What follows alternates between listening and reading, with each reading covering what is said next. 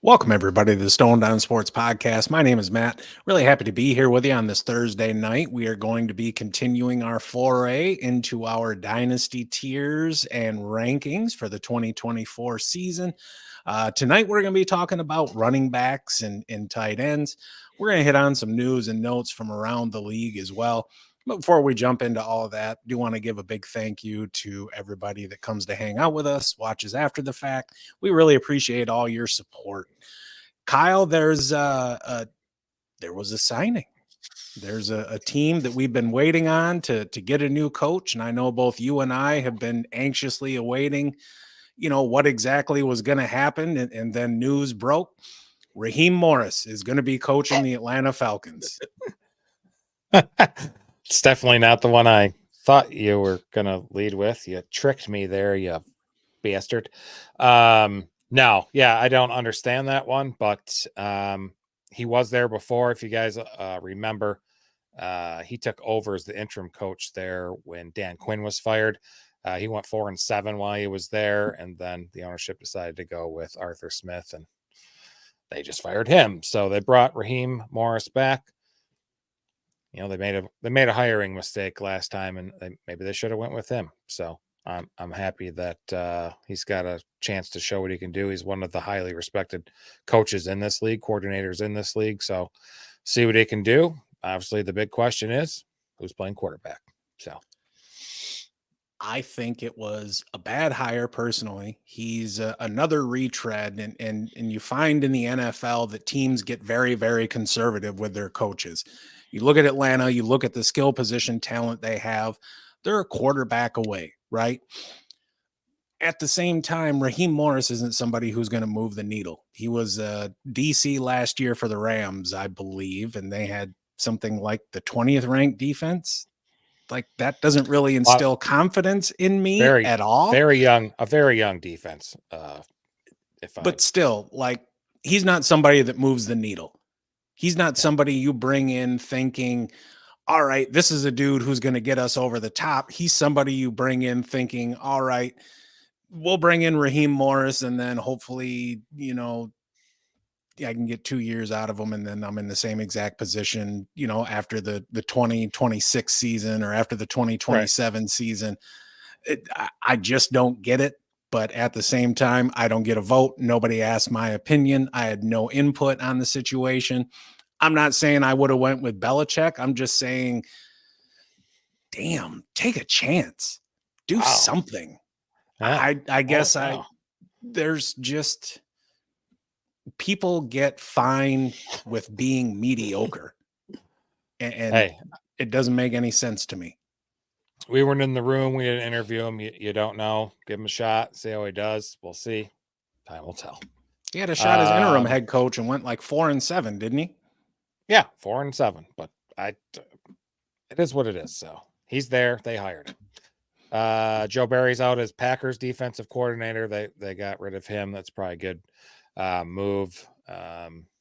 LaFleur's going to be on there as third defensive coordinator in the last 6 seasons. So they got to fix the run defense there. It was a major issue under Barry. We'll see, because the Packers were 28th against the run, and they were 26th in 2022, so they went backwards after finishing. And that's hard 11th. To do when you're 26th. Yeah, they finished 11th in 2021, so got some issues there. Dave Canales, the Bucs OC, was hired as the Panthers head coach.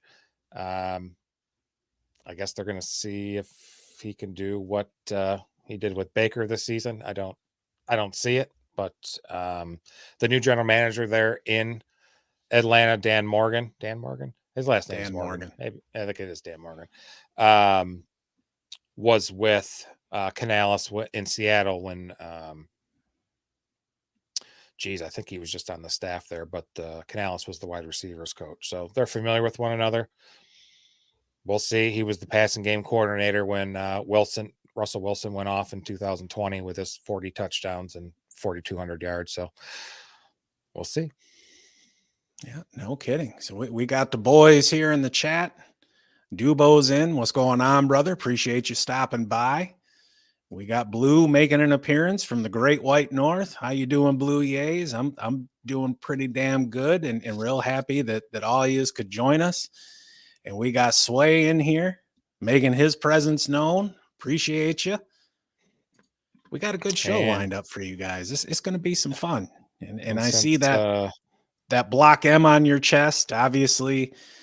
Jim Harbaugh. I was waiting to see if one of these guys are going to bring it up, but they probably think we're kind of sad and salty about it. But go ahead.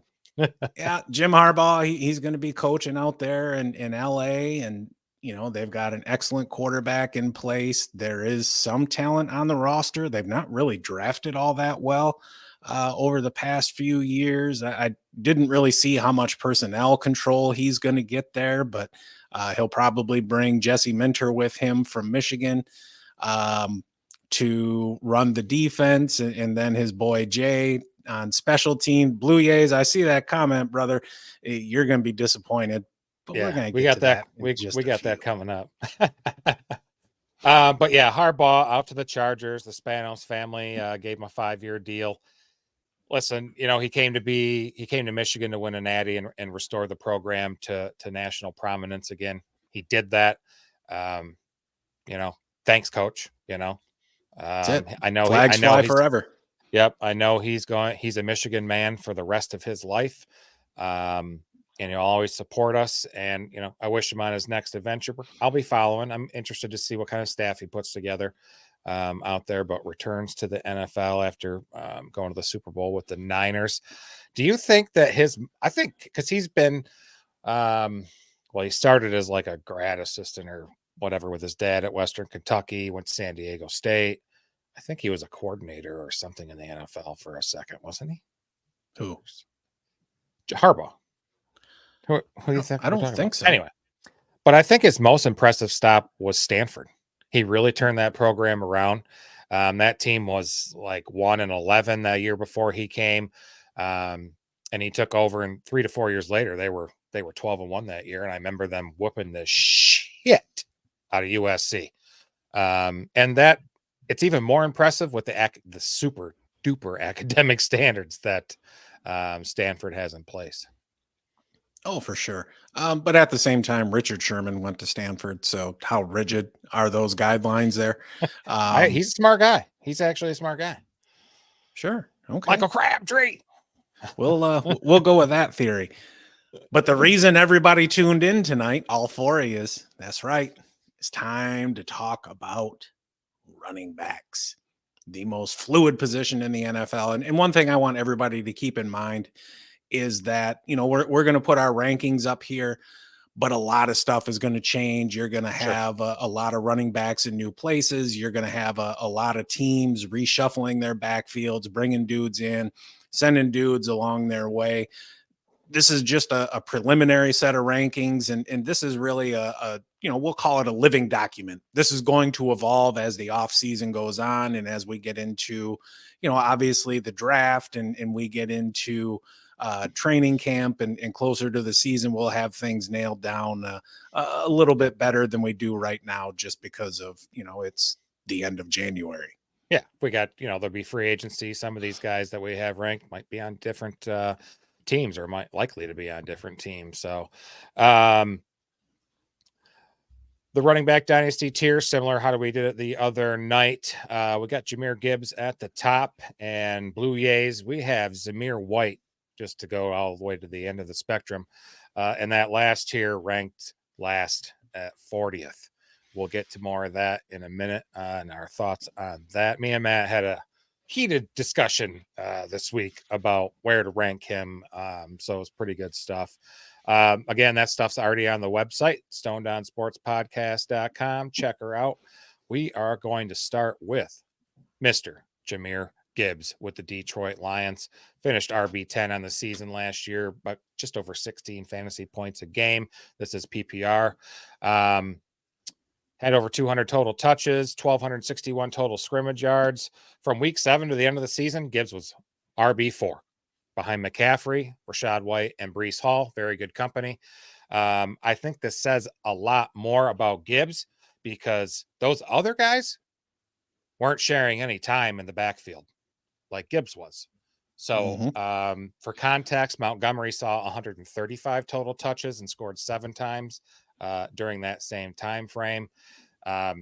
His 52 receptions on 71 targets just confirmed his ability to be a huge, huge contributor in the passing game for frickin' years to come. I think his advanced metrics make him a strong case to be the top dynasty running back. His 2.5 yards per carry per attempt ranks first in the NFL among players with 100 carries this season. He also has 20 broken tackles in the regular season. That ranks 7th among running backs. Monty, of course, does clip his ceiling a bit, especially if Monty has 200 plus carries again, like he had this past season. I love Jahmyr Gibbs as the best dynasty fantasy running back in all the land. Yeah, and you're not going to get any arguments out of me. You talk about his ability to break tackles. He was 3rd in the league in yards after contact per attempt. He was 2nd in runs over 20 yards, 5.2 yards a carry. Like you can't ask for more than that out of a rookie. He did get hurt, and look, that happens. It comes with a position. He missed a couple games, and there's a benefit to him sharing time with Monty, and that, look, let's be real, that's going to continue into next year. But he's just so damn efficient, and he's got a nose for the end zone. He does. Love him. Absolutely. So next up, no, not Zamir White. We're going to head to New York, and we're going to talk about Breece Hall. He was a top 5 running back. Overall, he was like the RB8 overall in points per game. He had 6 games over 20 points, 8 games under 15. He was fantastic around their bye and midseason and in the playoffs.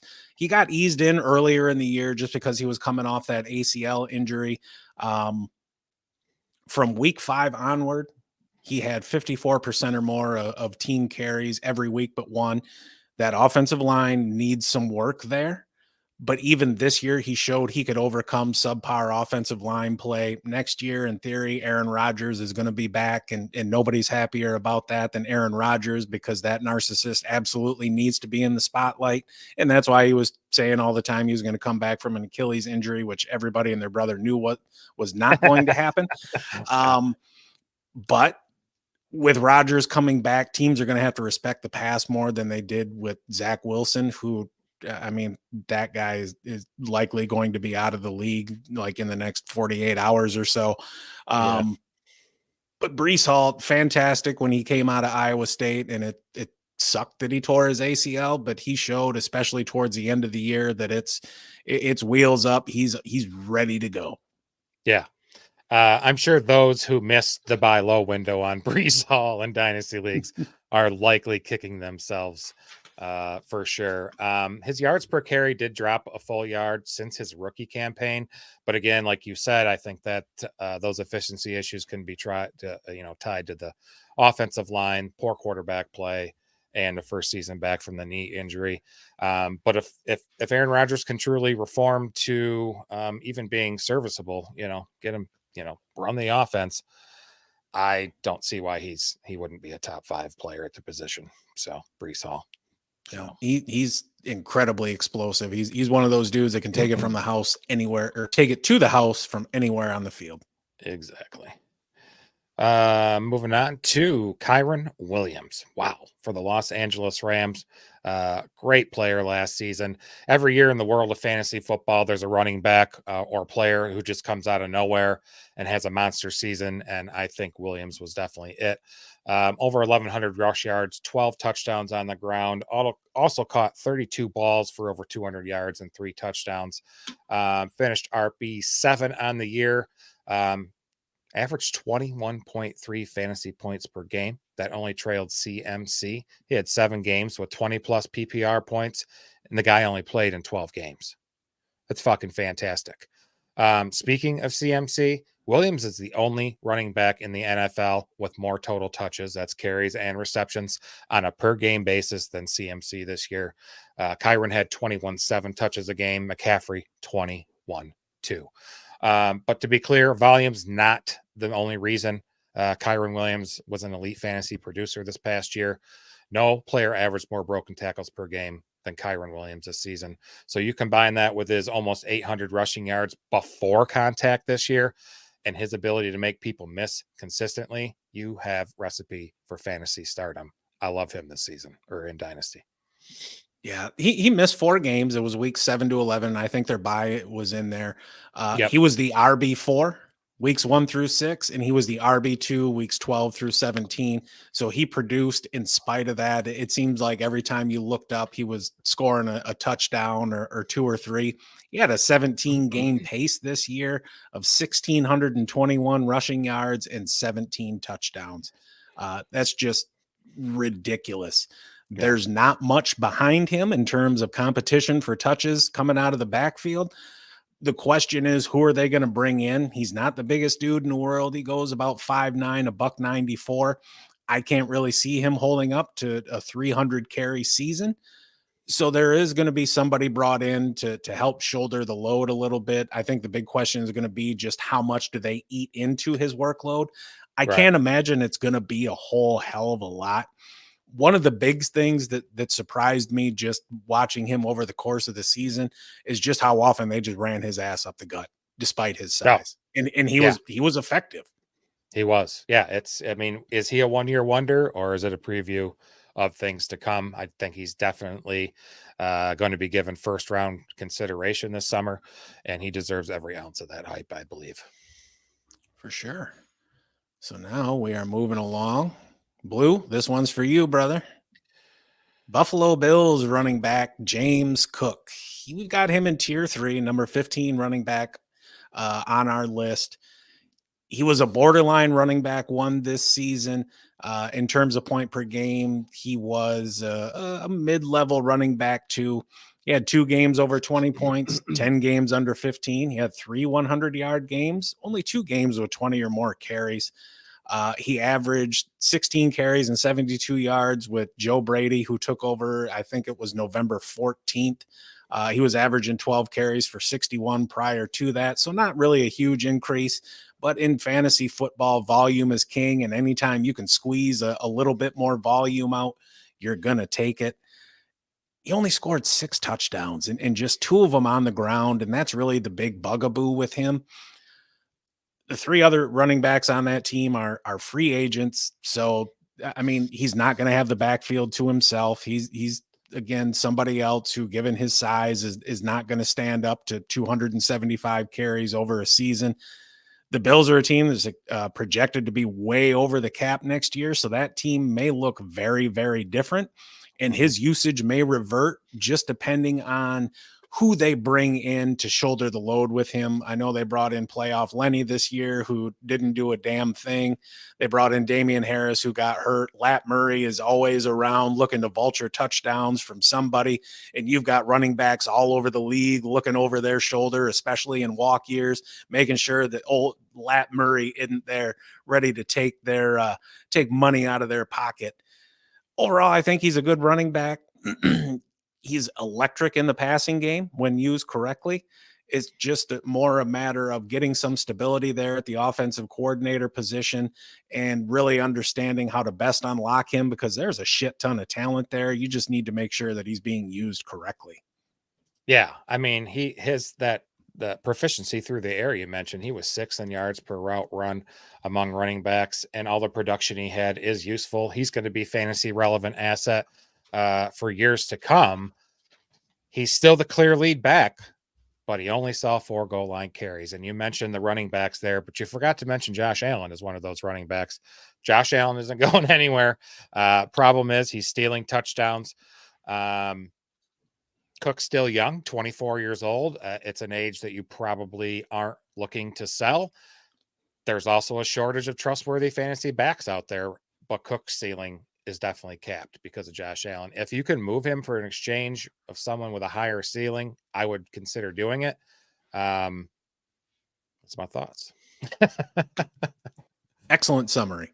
Excellent summary. Wrap that up, Kyle. All right. The second half of the Detroit Lions backfield. We have David Montgomery. God, I love him. We have him in tier 4, 19th overall, finished RB 17, missed 3 games, and then got hurt in that second quarter, that other one against Tampa Bay game. Tampa Bay, yep. His best ability is breaking tackles. He's always been able to do it through his whole career, even in college. He's just one of the slower running backs in the league. Unfortunately, he's a 4.63 speed. He did average 4.6 yards per carry. He just scored a lot of fantasy points because he had 13 touchdowns. Career high. So, yep, career high touchdowns, career high yards per carry. The pass game, obviously, we saw goes to Gibbs. Bonnie only had 24 targets all season. He's 27 years old. He's still got 3 to 4 years left. I think Gibbs will probably take on a larger role next season, but I think Bonnie's still an excellent complement beside him. The bad thing that, like I said, the touchdowns, if you remove those Montgomery's touchdowns, he would have hit double-digit fantasy points in just 4 games this season. So, It's a good thing we don't remove touchdowns, though. Yeah, it's I don't know if he's going to be as good in 24 as he was in 23. I don't think that makes him an automatic sell option. I say hang on to him. Get the touchdowns when they come. Yeah, I'm fine having him on my team for next year, just given his age, and we're looking at this from a dynasty perspective. So it's not necessarily just next year, but a couple, 2-3 years after that. Not the greatest asset. If you're in a dynasty startup and you're going to try and win now, absolutely. He's as steady as they come. That Tampa Bay game was the only game where he played the entire game and scored under 10 points. But he didn't play a whole game. That made completely no sense. We'll edit that out in post. He had a career low 16 receptions for 117 yards. And coming into the season, I was really expecting a little bit more out of him in the passing game. But, with just how dynamic Jahmyr Gibbs has been and the plethora of pass targets there in Detroit, it just didn't really work out for him. The team context is great. The offensive line is elite. The offense itself is elite. He's got a very defined role. He's a super steady guy. I'm thrilled to death to have him as my RB2. And he's a dude who has, 25-point upside, maybe a couple times per season, but he's going to be hovering right around, 12, 15, 17 points per week. And that's money in the bank right there. Yep. So next up, we are heading down to Nashville, Tennessee. Tyjae Spears. And he's someone, it was kind of interesting going through the research on him. He was not a week-to-week starter. He was somebody who flashed here and there. He only had 2 games over 15 points. He had 11 games under 10 points. He played 53% of snaps, but he only had 24% of the attempts, and that was because of Derrick Henry. Chances are Derrick Henry ain't going to be around no more. He only had 1 game over 10 carries. He went 16 for 75 against the Colts. He's excellent in pass pro, and that's going to help his ability to stay on the field, competing with whoever else they bring in for next year. The offensive line is kind of middling when it comes to run blocking. I think if he rises, it's going to coincide with Will Levis rising because they're going to be able to take pressure off of each other. I think next year he might push for 150 to 175 attempts. I think that's probably the ceiling on him. He's not the type of back that you just hand the backfield to. Yeah. I think he played at a smaller school. I think he went to Tulane, I think. Yep. If I'm right. But he's got an impressive skill set, which really he showed off in the passing game with Tennessee. His 52 receptions were good enough to be 11th among all running backs in the NFL. There was plenty of times he actually outsnapped Derrick Henry as well. And it appears Derrick Henry is on his way out. So I believe it's all systems go for Spears. His price is, rising quickly right now in Dynasty. It's probably tempting to cash in now when his value skyrockets. But given the role that he's looking to step into next season, he could be a top tier running back asset for far less than you'd wish that you'd sell him a year from now. For sure. I've got some concerns about that offense as a whole. There's not really much talent at wide receiver. They got Traylon Burks, but he can't keep his ass on the field. Will Levis is still kind of an unknown and incredibly raw. So it's going to be a situation to watch. I think you're going to be able to get him, fairly cheap as well. Yeah. Next we got Mr. James Conner, Arizona Cardinals. RB 18, he finished right between Monty and KW3.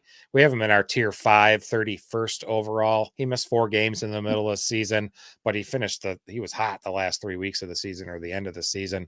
3 games of 20 plus fantasy points. I don't know if he's at the stage in his career next season. Geez, how old is he? He'll be age 29 next season. I don't know if he's already done being a major producer for fantasy or not. I think the 1-year ceiling is sky high, and I think his dynasty floor is absolutely 0. So we'll see. There's a potential out, I think, in his contract that would only cost him about $3 million if they wanted to move on from him in the offseason. So we'll see. He is still great at breaking tackles, though, at his age. He led all qualified running backs by breaking a tackle once every 7.7 carries, beating out like Etienne, Najee Harris, Gibbs, and Jerome Ford. Yeah, I think the biggest surprise with his season for me was he averaged 5 yards a carry. Yeah. Which was just unbelievable. The line there in Arizona is no bueno. They had subpar quarterback play for a good portion of the season while they were waiting for Kyler Murray to come back. Look, he missed 4 games, but he gets very consistent opportunities. He went for 1,000 yards. He scored 7 touchdowns. He's not going to do anything out of the backfield. So he's definitely the kind of back who's much more valuable in standard leagues as opposed to PPR or half PPR. But he was a league winner. Absolutely went off at the end of the season. If you had him, you were thrilled. He scored 5 touchdowns the last 5 games of the year. He had 300-yard games in there. He was great. He finished out the year strong. He's only got an $8.4 million cap hit next year, which is very reasonable. But just given his age and the relatively low sum of the $3 million dead cap hit, I wouldn't be surprised if they moved on from him. But there's also not a whole hell of a lot there. And if they can get 80% of the production next year that they got out of him this year, I think they'd be pretty happy with that. Agreed. Well, Blue, we kept you waiting, brother. And now here we are. Raiders running back Zamir White. The good. Started 4 games last year. Averaged 21 carries, 99 yards, and he scored a touchdown. Pretty damn good. The good is over. Now to the bad. He's already torn both ACLs. He's going to be 25 next season. So he's an older dude given his time in the league. Josh Jacobs is going to be gone. I can't really see them handing the backfield over to him. He's somebody who struggles in pass pro. I think if he was the thunder component of a thunder and lightning backfield, to use an incredibly worn out cliche, I think he'd be fine there. He's fine for first and second down. But when you look at the games that he had and, looking at that 21 carries for 99 yards, look at who he played. The Chiefs, the Chargers, the Broncos, and the Colts. I think I could average 4.5 yards a carry against those run defenses.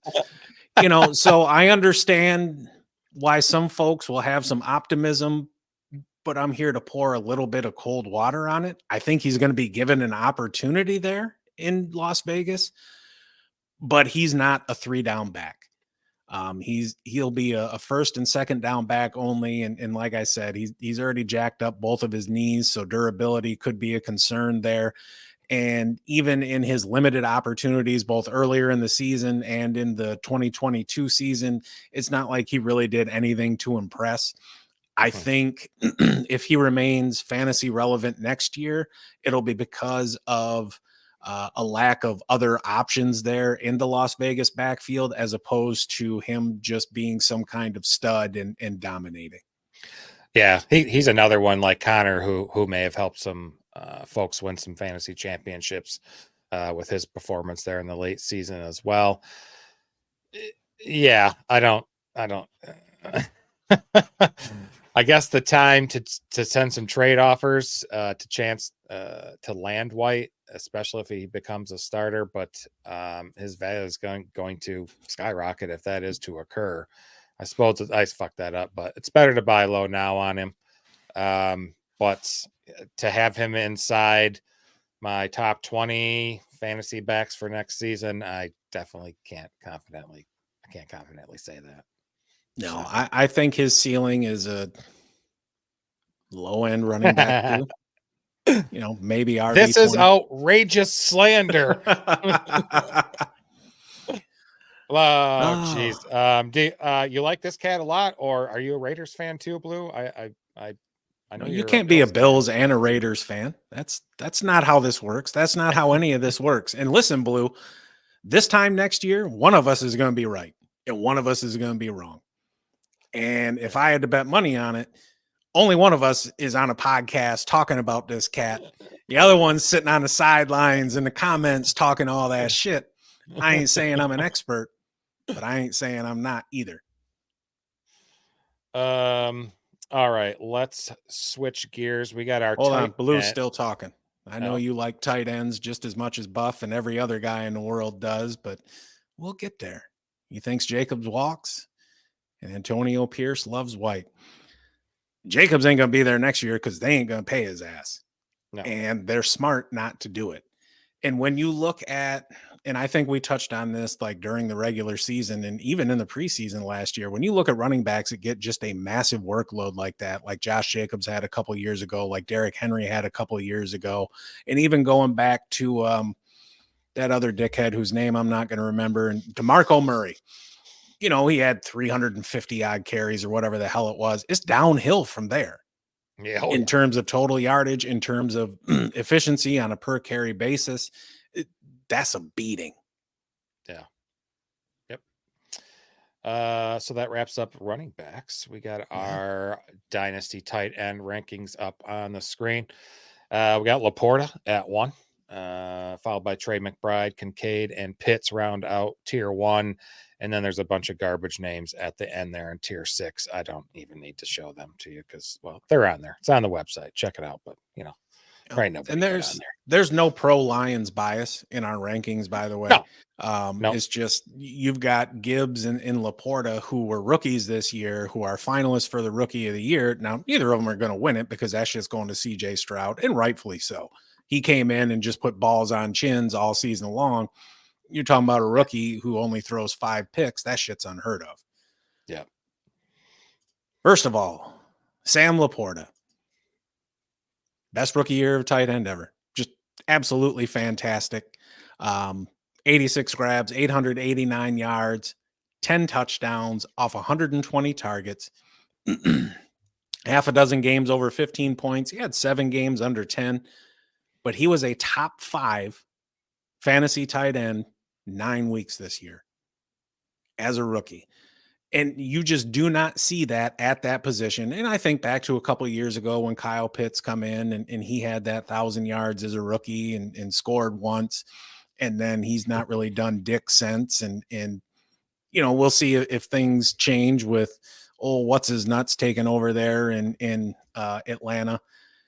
Laporta was 3rd amongst tight ends in target percentage. He garnered 20.9% of team targets. He was 5th overall in targets. He was 2nd in broken tackles.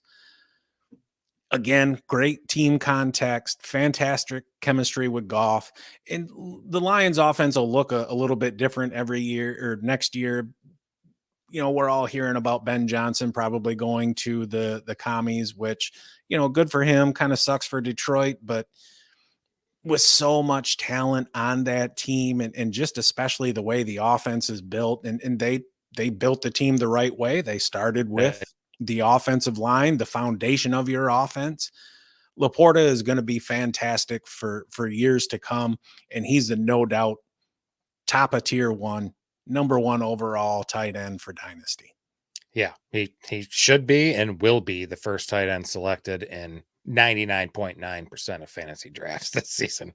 It's safe to say that he has arrived as an every week no-brainer for the foreseeable future. The only thing I'd like to see him improve upon is his receiving yard average. He was 52.3 yards a game. I'd like to see that go a little bit up. And his yards per target, he was 7.4. I'd like to see that go up a little bit, but fantastic season to the young man. Thank God Kirk Ferentz just keeps churning out fucking awesome tight ends at the University of Iowa. Hawkinson, who? That's No all kidding. I got to say.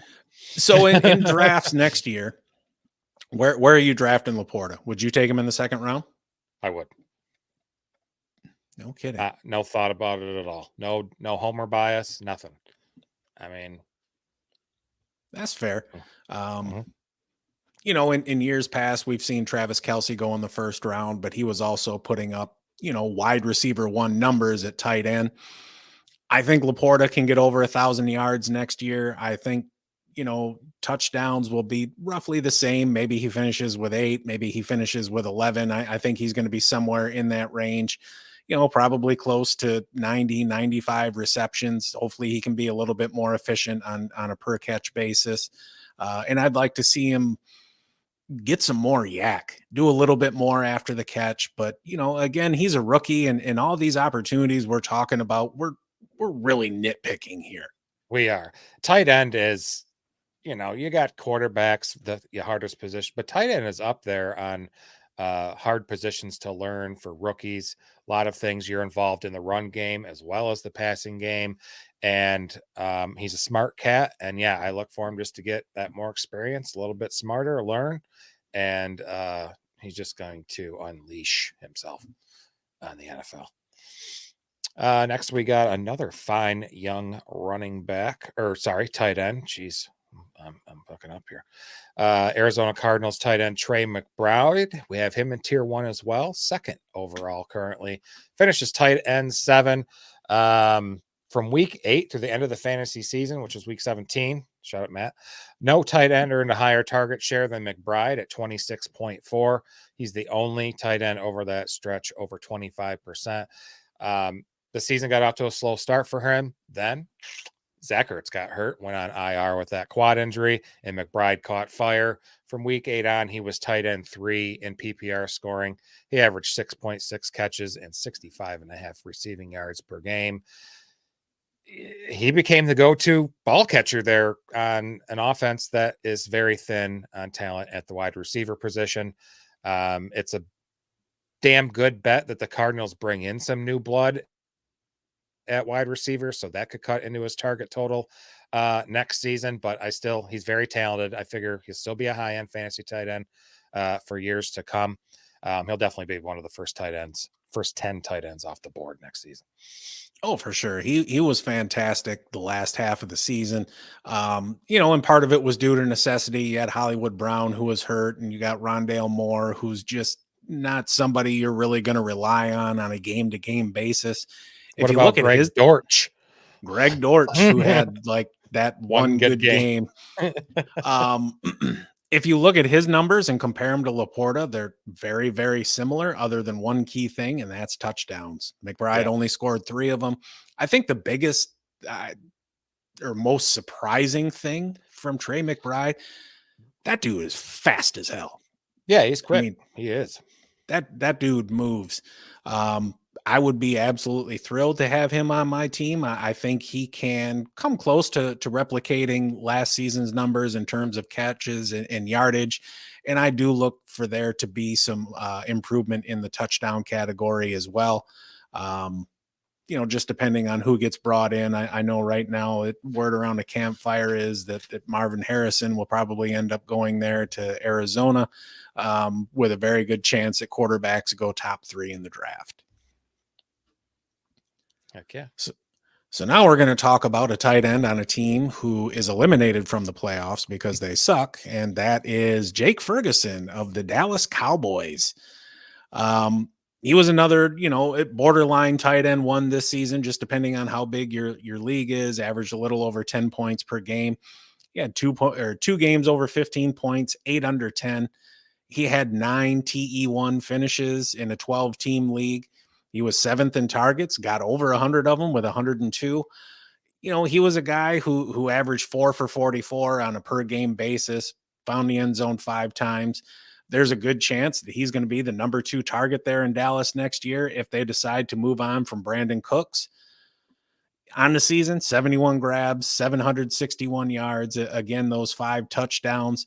He's somebody who there is definitely room for upside in those numbers. And Dak really took that next step this season as a quarterback. And certainly CD Lamb was a big part of that. But Jake Ferguson was a solid part of that offense too, considering the disappointment that was Tony Pollard.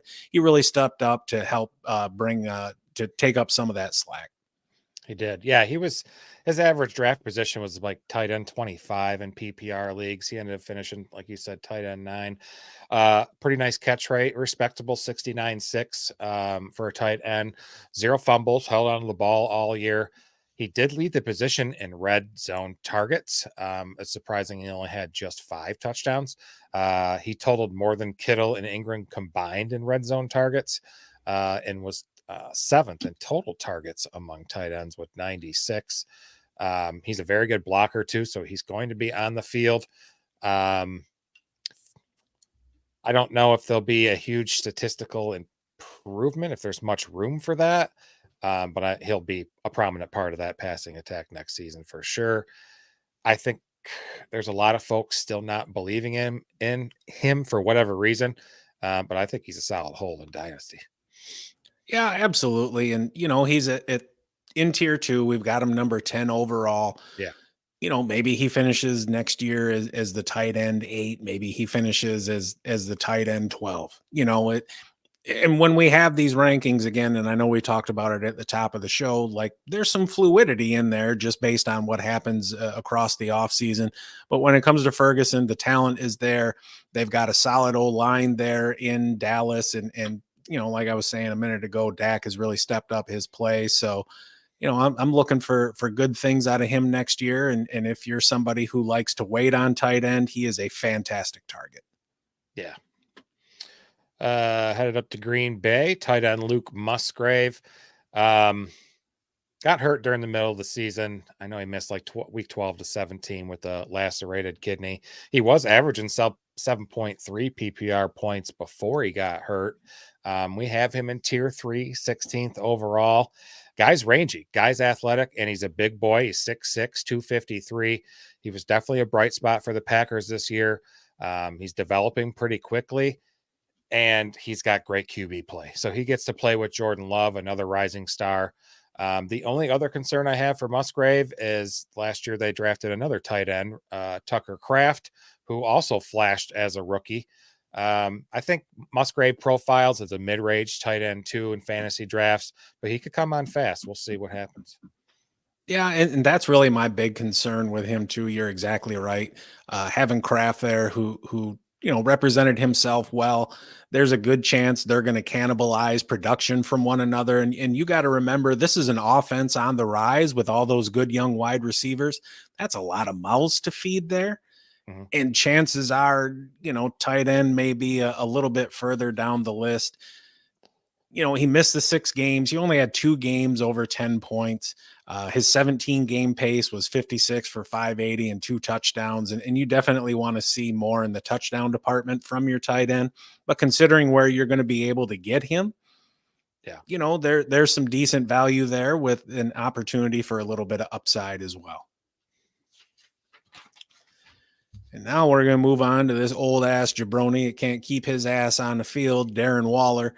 And I'll be the first to raise my hand and say, you know what, preseason, I was kind of hype about him. I thought, okay, here's an opportunity for him going to New York to lead his team in targets. And anytime you can get that out of a tight end, especially a tight end who was going, at tight end 7, tight end 8 off the board, something like that. 5th or 6th That's a lot of upside.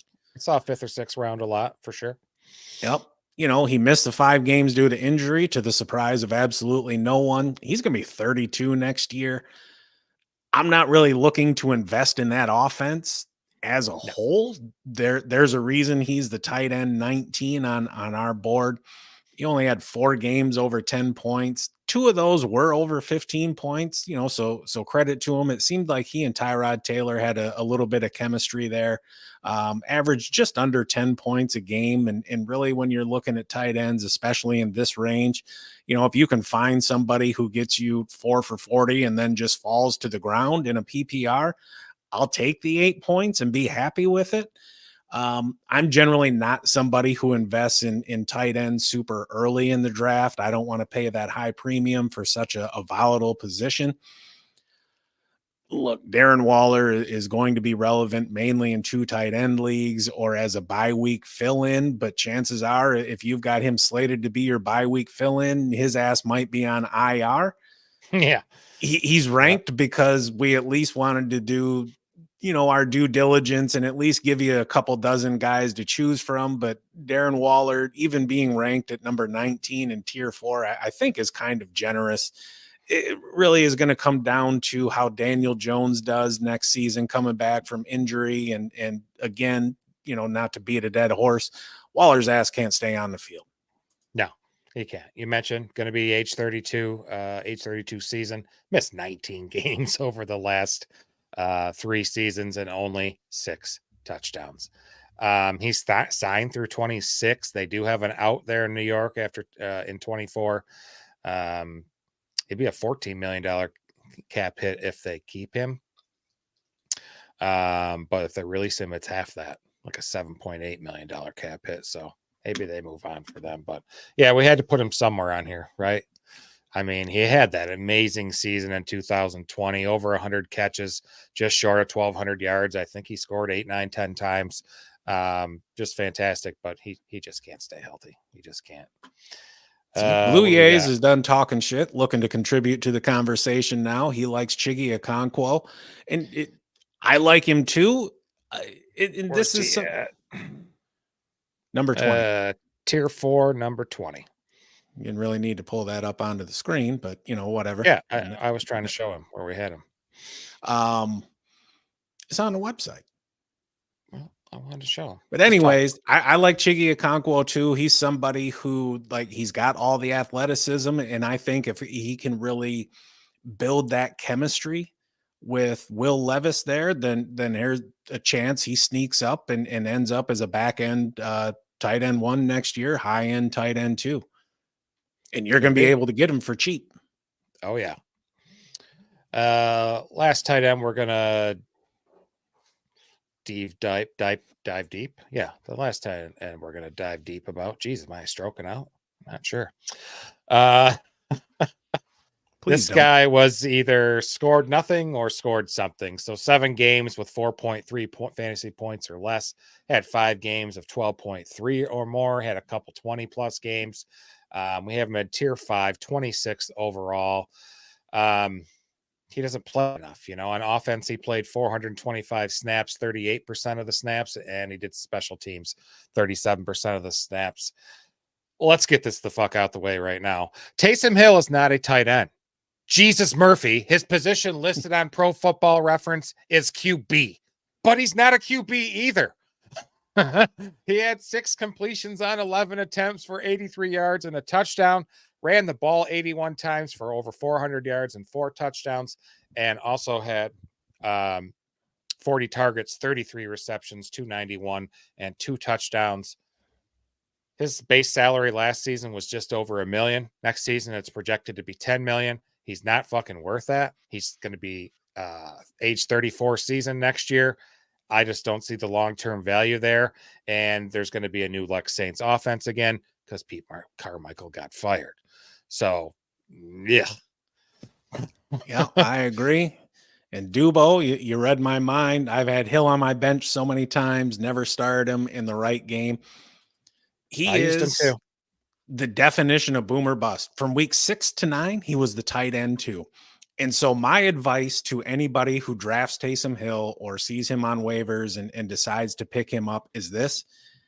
If you see him have a good game, start him the following week because he is incredibly streaky. He has a 3 or 4 week run every season where he just looks like a damn world beater. Like he's just going to carry your team to the playoffs, and then he just falls off the face of the earth again to give you 4.8 points on average for the next 5 weeks.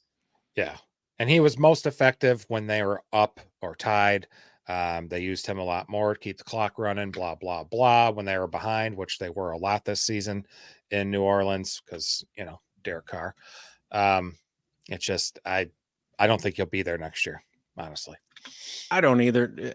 And it's funny because you look at his contract and all the incentives are tied to quarterback play and passing yards and everything. And, they weren't going to give him the opportunity to throw the ball that many times. I mean, he started a couple games, and while he wasn't just complete ass, he didn't really inspire confidence either.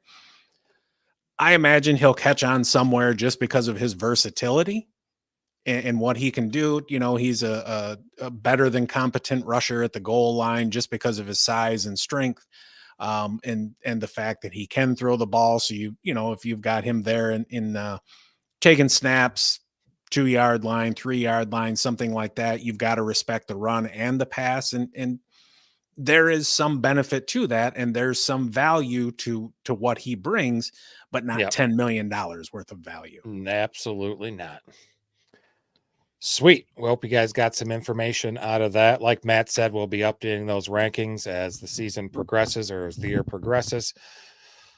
Oh, Dynasty I imagine, football. we'll probably do something like after the draft, once we see where these rookies are coming in and where they land. And free agency. See what and we'll have free agency starting here, and we'll call it 2 months, a little bit less, something like that.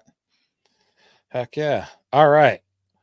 Let's talk about the conference championships going on this weekend. There's only 3 NFL games remaining in this season. Home teams have dominated the closing round of the conference playoffs in recent memory. Since we expanded to 32 teams in 2002, home teams are 29-13 straight up this round over the past 10 years. Pretty robust record for the home team, 16-4. But that's not going to happen this time, right, Matt? Because the fucking Lions are going to Santa Clara and beating the snot out of the 40 fucking Niners. God, I hope so. And by 1 or 100, a win is a win. I just look. I'm not going to let fandom cloud my judgment. They're an underdog for a reason. Sure. I fully expect them to cover the 7-point spread according to DraftKings. I think it's going to be a closer game than a lot of people expect. And we kind of touched on this a little bit as we were talking about the divisional games. Like the Packers kind of gave a little bit of a blueprint on how to attack that Niners defense, especially on the ground. I think in order for Detroit to really have a legitimate shot, this needs to be a Jahmyr Gibbs game, something to the tune of 20 touches, maybe a few more. And look, Monty's going to have his role there, but the San Francisco defense is much tougher up the middle than they are on the edge. ARSB is going to get his, Laporta is going to get his, but those linebackers there in San Francisco, they're pretty damn good. You got Fred Warner there and Greenlaw and I forget the other dickhead's name. It doesn't matter. Yeah.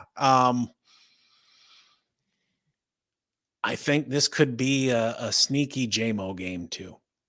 I think if he can get loose for one, we're going to have a game. It's going to be a game anyway.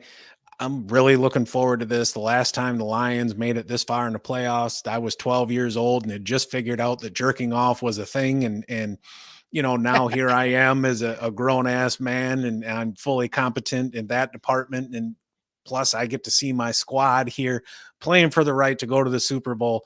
Michigan just won a natty. Like it's been a great few weeks as a Detroit and Michigan football fan, state of Michigan, but I'm not ready to get off this ride yet. I am not either. To dive a little deeper there on why you think it's going to be a Gibbs game, I do too. The San Francisco defense, it's good overall, but they can be attacked on the edges. The 49ers have allowed 4.6 yards to running backs off their either their tackle or their edge, 24th in the league. In the divisional round, the Packers smacked them. They rushed 10 times on those runs for 99 yards.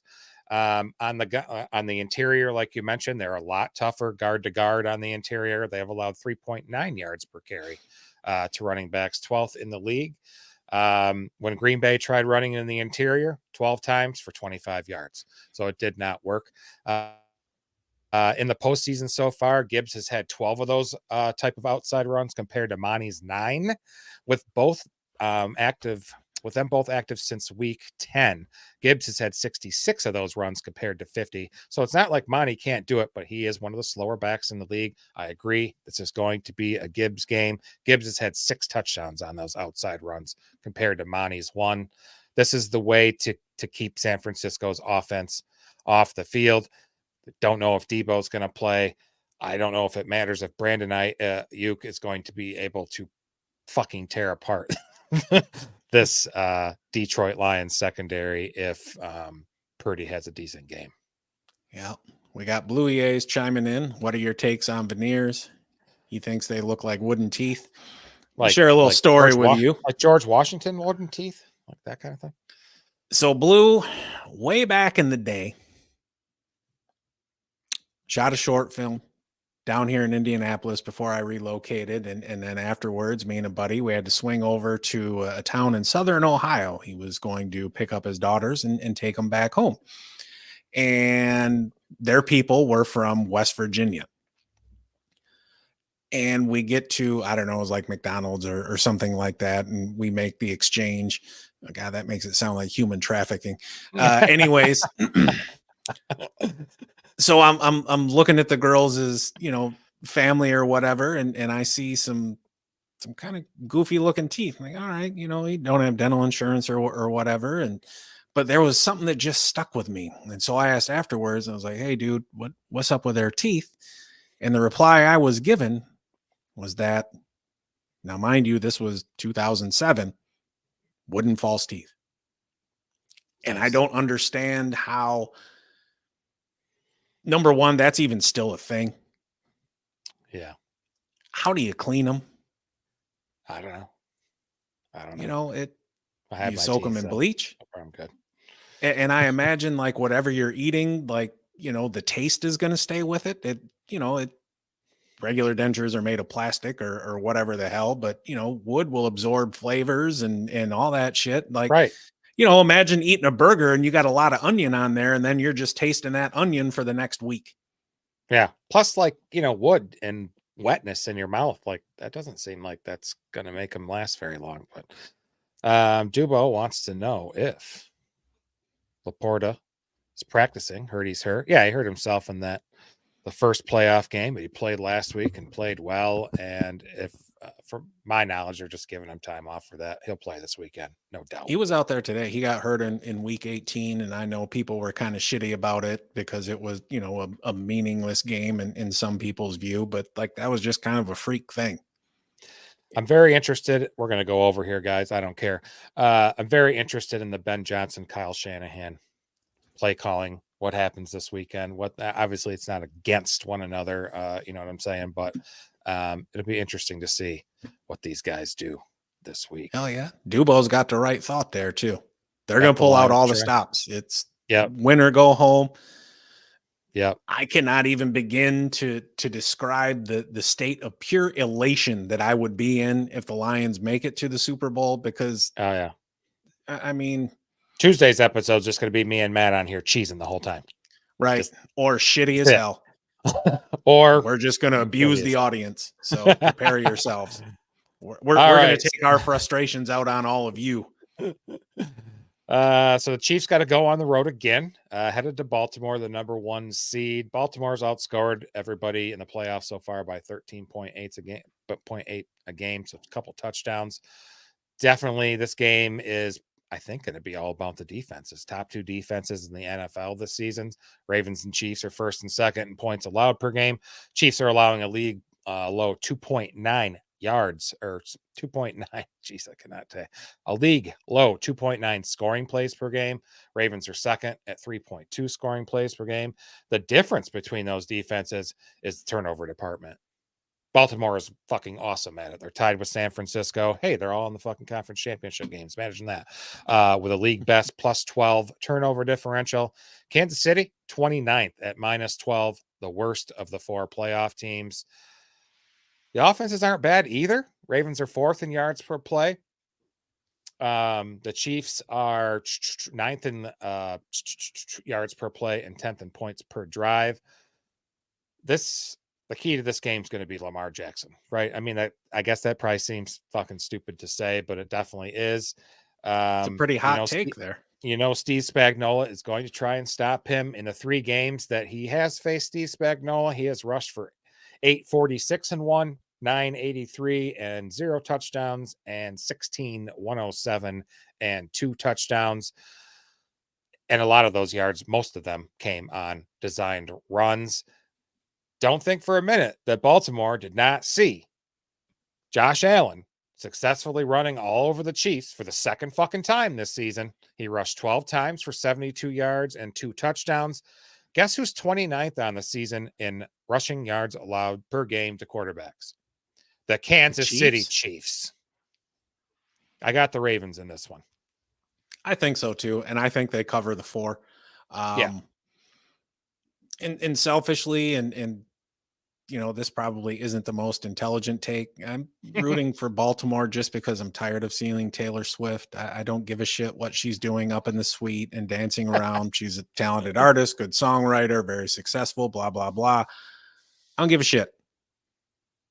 I don't give a shit at all. And as somebody who's been a fan of the Patriots as well as the Lions over the past couple decades, like, I understand the fatigue that comes with seeing the same teams there constantly. And now I'm getting to appreciate the other side of that coin. Yeah. I'm kind of tired of seeing the chefs there. And here's something, and I forget the guy's name.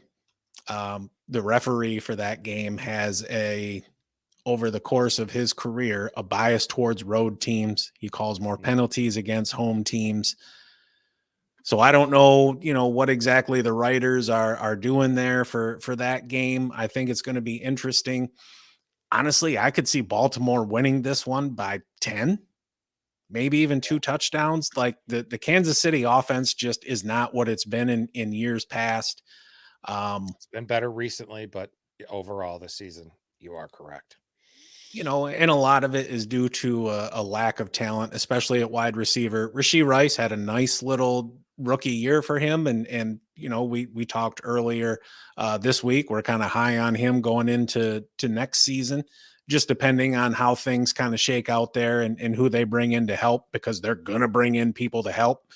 But I think we're going to end up with a rematch from earlier this season, with the Baltimore Ravens in the Super Bowl, and then the NFC also sending a team to the Super Bowl. Yeah. Baltimore slapped the shit out of both of them. They did. They did. But now it's for everything. And you know what? I'm going to let my homer bias take over. I think it's going to be Ravens and Lions in the Super Bowl. And I'm going to be happy as a pig in shit come Tuesday. And I'm going to be thrilled to celebrate with all of you as well. It's going to be just a fantastic time. I was just going to bring up that ref shit. Now the Lions 49ers game is Clete Blakeman, and the Lions are 1-4 in games that he is officiated. The one that really comes to mind is the ghost illegal hands to the face one. Was that the Packers? No. Yeah. And he called it on Trey Flowers. Yeah. And, the replay was obvious. And the league, of course, on Monday also acknowledged that it was wrong, which does not make you feel 1 fucking ounce better. We should have had that fucking game. So I just hope Clete Blakeman don't fuck us. But like you said, the best we could hope for is some rain. Yes, absolutely. Let's mix in some weather. Not that I want to see Jared Goff have to put on a glove or anything and try and throw. I don't want to see that, but I think both teams are built for the rain, but Purdy's got teeny tiny hands. Yes, he does. He ain't be able to grip the ball. Oh, God. Heck fucking yeah. Well, I think All right. that's going to put a bow on things for this week. Oh, any update on the hats? Well, if we know how many we need to order, we'll get them, and there'll be a fee, obviously $20 or whatever it is. I'm not sure. But I if got all you 4 guys of them want, sitting right here next to me. Of course, one's for yeah. Kyle, but we got 3 more that we're willing to part with. So if you're interested, just email. Our email's right? down in the description. The email is down in the description, and we'll figure out some way for an exchange of funds, and we'll get your address and get that sent out to you. They're really cool hats, if I do say so myself. Yep. The email address is stonedonsports1, then the number 1 at gmail.com. All right. That does it for us tonight. Matt, you got anything else? You good? Oh, you're actually going to let me speak at the end of the episode this time? Thanks, Kyle. That's mighty kind of you. You have my permission. All right. No, I think that's going to put a wrap on things. Kyle and I are both eagerly anticipating Sunday evening at 6:38 p.m. Eastern. It's going to be a long couple days to get there, but damn, is it so going to be worth it? Big thanks to everybody that come and hang out with us this week and tonight, and really always. We'll be back next week. We're going to be diving back into some baseball, starting off, I think, our first base position preview, but I could be completely wrong about that. So maybe I'll edit that one out and post as well. I think you're right as well. Still be talking some football, fantasy football all the time as well. What else? Fuck. That's it, folks. I knew I had something else, but now I can't remember it. So have a good night, everybody. Don't forget to like and subscribe. Tell your friends. Share us on social media. Dubo, I appreciate you always interacting on Twitter with us. Share us, man. We need the help. We need to get this show getting a little bigger. Don't beg. It's unbecoming. Have a great night, everybody.